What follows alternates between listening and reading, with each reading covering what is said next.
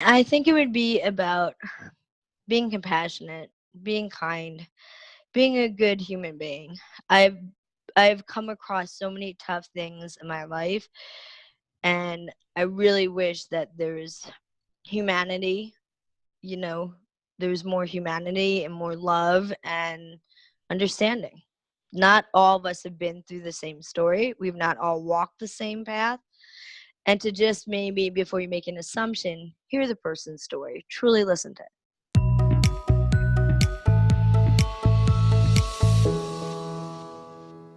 Welcome to yourbrilliance.com. I'm your host, Amy Waterman. So back in my 20s, I remember the excitement when the first of my friends started to get married. I went to so many different weddings, and then came the next stage, all the pregnancy announcements. We were so happy for one another. I mean, this is just how it works, right? You get married, you have kids, and you raise a family. That's what it means to live the dream, but not for everyone. I remember not knowing what to say or do when the first of my friends came to me and said she'd lost her baby from a miscarriage. But now, over a decade later, I realized just how common that is. The March of Dimes estimates that 1 in 2 pregnancies ends in miscarriage, usually before the woman even knows she's pregnant. For women who do know they're pregnant, that's 15 to 25%. For something so common, couples don't get a lot of support in dealing with the loss of their unborn child. And that's why I wanted to invite Lakshmi, author of Finding Your Way When Life Changes Your Plans, onto the show. Was born an orphan in a remote village in India. At 11 months old, she was adopted by a white Jewish family in America. She struggled to find her way as an Indian Jewish woman until a series of painful life experiences led her to understand her life mission, to inspire and help as many people as possible before leaving the planet by sharing her story. Welcome, V. Thank you, Amy, for having me. It's an honor to be here. So I want to start out with the happy story. I want to start with the love story. So how did you meet your husband? Actually, we met because he worked with one of my brothers at a company, and we just met, and it was very fast. Like, we had met in March, were engaged by May, married by November. Like, we just knew. He's my soulmate, he's my best friend, and I can't imagine life without him. Oh, so We were meant to be. when did you decide then that you were ready to start your family? It was actually pretty early. We felt like it was a natural process. Didn't think we thought it was going to be like an instant thing, like it's going to happen the natural way. And then it was very eye-opening for us. Yeah. So for you, being a mother was extra important because, of course, you were adopted. Do you want to tell us a little bit about, you say some amazing things in your book about, what it meant to you to be a mother? For me, it was going to be, honestly, Amy, it was going to be the first biological connection for me. I hadn't had that. I didn't do a DNA research till about a year ago to find biological members. So it was like this connection. It was like, this is part of me. I'm going to see somebody with my nose, my eyes that I hadn't really experienced before. Yeah. So it was just this wonderful moment. Yeah, I think so many of us start out that way. Again, this is how it's supposed to work. You get married and then you start your family, and that is how it's supposed to be. But what happened then when you started to try to have a child? It wasn't successful. There were many attempts, and it just every month there was that sad go to get the pregnancy test. The stick comes up negative. It's just like negative over and over again. So you start getting a little wondering if there's something wrong. There's a lot of that through infertility. What's wrong with you? There's Yeah. a lot of self-blame and self-wondering, and it shouldn't be there. And I wish, honestly, Amy, I wish I didn't do it to myself either. And then we had moved to another state, and then magically, out of nowhere, after doing different things, I didn't feel good. We took a test. We were finally pregnant. And it was very, very exciting until the sky fell upon us. Yeah. So what happened then? So first of all, let's back up a little bit. Sure. So for you, getting pregnant meant even more because you had endometriosis, didn't you? Yeah, I had endometriosis for 20 years on and off. and it was really hard to get diagnosed. I had the doctor who actually diagnosed me said I probably had the symptoms way before when I was in my teens, and so it meant a lot of surgeries, getting, the system, you have to get it. For me, this is my personal experience. I'm not dispensing anything medical here. You have to get things cleaned out. You have to make it a hospitable environment to try to have a child. That's the best way to say it, Yeah. in my experience. And then, so for you to get pregnant naturally after all that was like a miracle. It was a huge miracle. It was a huge miracle. I've had so many surgeries for endometriosis. I just can't even begin to tell you. And it was like, you have the surgery, you get everything cleaned out, make it a healthy environment, then you try to get pregnant, you do the infertility treatments. And for anybody who hasn't been through it, it's a deeply invasive process.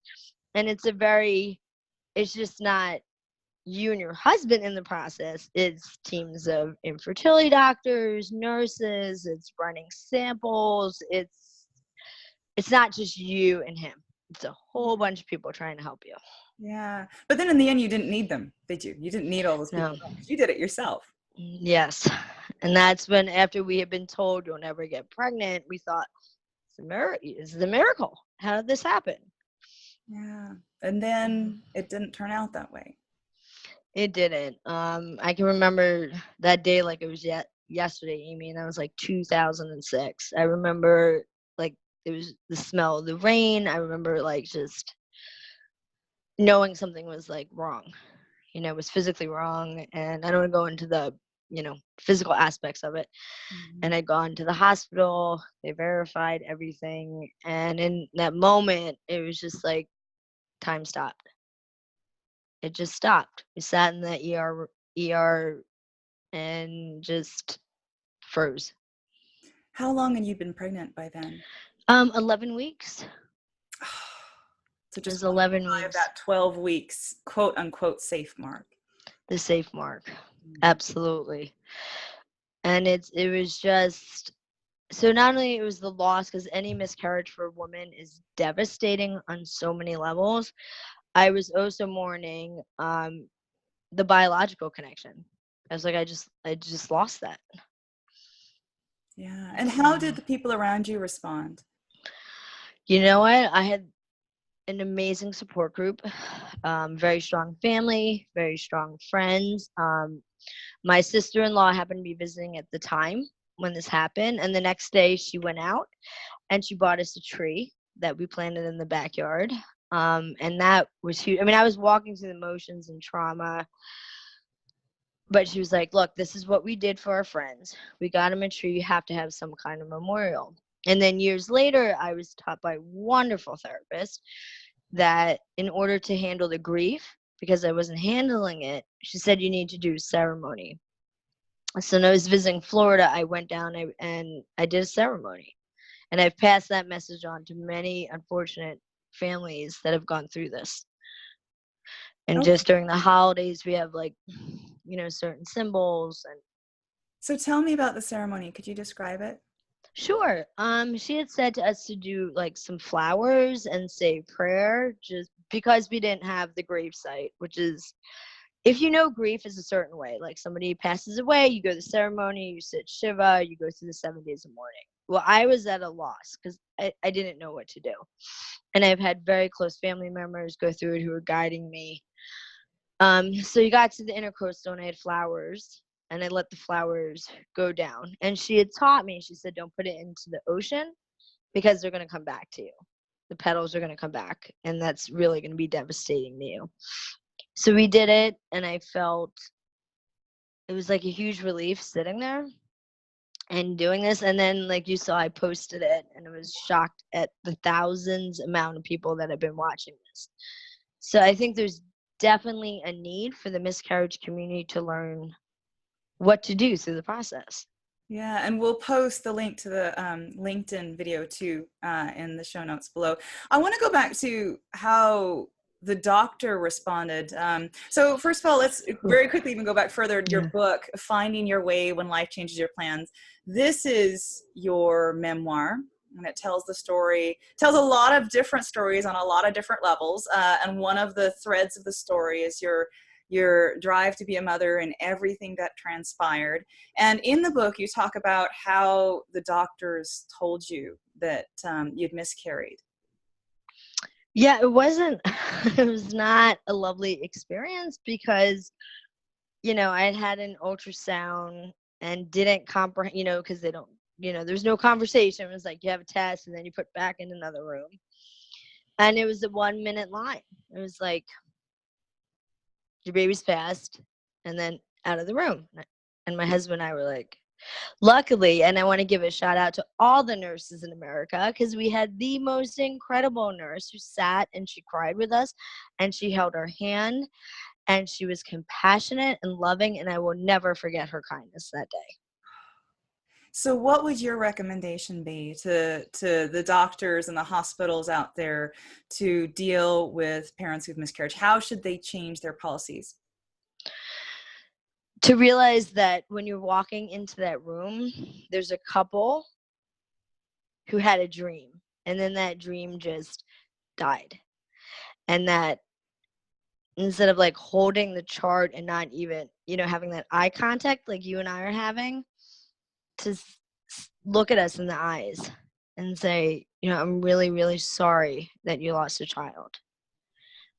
And show compassion and be a human being. Because I know if it was me and I had to be a human being.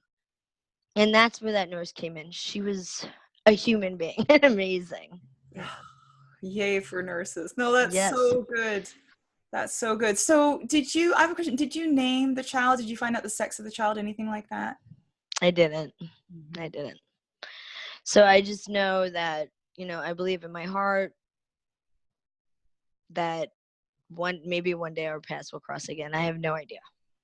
Yeah. So one of the things you said was really important. There's almost this sense that an unborn child doesn't have the full status. Had you had the baby and then lost the baby within hours of birth, you would have been able to go through the full, funeral, the full closure on how we treat a human life that has passed. But because the baby wasn't born, it didn't somehow merit that. How do you think we could change that? I mean, because surely, do you feel that losing the child at that stage was just as devastating as had you'd actually given birth and lost it? Absolutely. Yeah. There's no doubt about it. I wish I would have known about the ceremony. I didn't find out about that. The tree was done within 24 hours, and my family did a private, we did a private, intimate ceremony. I wish it was like something handed to me instead of, okay, like I would love to create a pamphlet and say, these are the things that help me. The tree, the ceremony, writing, getting my emotions out. I paint. And those are things that were advice given to me because they said you're holding on to the grief. You're not dealing with the grief. These are the steps and the things that you could be doing to help yourself. So that I would have loved to have been, here you go. Here's a little pamphlet. Go walk out of the hospital now. Here's some tools to help you. Yeah, or even have the hospital chaplain pay you a visit. Something like that. Yes. It without getting into like religion, it definitely shook me to my core on that level too. Yeah. So what do you think then? Like, so your friends and family were universally good. So, I remember for the first time, so I was in my 20s when the first miscarriage I ever knew about it. I later found out there was a miscarriage in my family that had been completely hushed up. And I think often miscarriages get hushed up because after the miscarriage, there was another healthy child. So we just don't think about the miscarriage. It was just, right, boom, that was a little blip on the way to the next child. So how would you suggest to people who, like me when I was in my 20s and a friend who was so excited about being pregnant that they'd lost the baby, and I was just flat-footed. I don't think I really said anything. And I didn't reach out to support that friend because I was just, you didn't know what to say. So what would you say to somebody who really is caught flat-footed when a friend's miscarried and just has no clue what to say or do? to just be there. I really learned, I'll be honest with you, Amy, I learned, there's the people who die hard or stand by you through every process. And then there are the ones, like you said, who were like, I didn't know what to say. So they didn't say anything, which to me was even more painful. So I would have rather called and said, you know what, Rach, I'm thinking about you. I'm here for you, but I just don't have the words right now. But you know what? I will come over. You can cry on my shoulder. I will listen to you and I will hold you. If you don't have anything to say, can I at least do that for you? We had a lot of people who did, like my family made sure like we had enough food because I was just depleted, right? You lose iron, you're depleted. So people would get, we had food, nurturing, or, hey, Rach, you know what? I found a really snuggly blanket. Can I bring that over? Because for me, that was very comforting, just to be on the couch with my dogs at the time and to be curled up. Or can I drop over a basket of tea or coffee, something. And even if if a friend can't have the conversation, leave it at the front door. Yeah. You remember that stuff. There was someone told me something wonderful, Amy. He had said it was the greatest thing ever. He had just gone through a process of losing someone. He said, I'll tell you what, Rach, I remember the people who aren't here today, not the 100, saying that like those are the people you remember. And so just dropping a basket of tea, a blanket, or, hey, would you like some ice cream today? Is there something? I was big into comfort food. Like I was like pizza with a side of pizza. So, hey, can I deliver pizza to your house tonight? Yeah.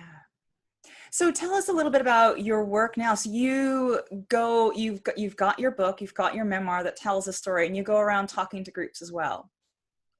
Yeah, that is a huge passion of mine. So it started about 14 years ago. A friend and I were having coffee, and she said, she works at a university. She said, Rachel, your story is very different. Would you come in and speak to my class? And it just developed from there. So I've gone into middle schools, different companies, university, and I teach on diversity awareness. And it's to create an open conversation. Because being an Indian Jewish woman, it's not common. It definitely wasn't for me growing up. And then we create this forum, and it's amazing to hear the questions from adults, from adult college students. And I answer any question they ask. I'm there to dispel any stereotypes. Yeah. Fantastic. Now, for those of you who want to learn more about the work she does and to get a copy of her memoir, we have a link for you. Just go to yourbrilliance.org/V. That's yourbrilliance.org/V. Thank you so much for coming onto the show and sharing your story. And I wondered if there was any last message you would like to leave our viewers with. I would, Amy. I think it would be about being compassionate, being kind, being a good human being. I've come across so many tough things in my life, and I really wish that there's humanity, there's more humanity and more love and understanding. Not all of us have been through the same story. We've not all walked the same path. And to just maybe, before you make an assumption, hear the person's story, truly listen to it. Fantastic. Thank you. And thank you out there for watching. We hope to see you again soon. Until then, let your brilliance shine.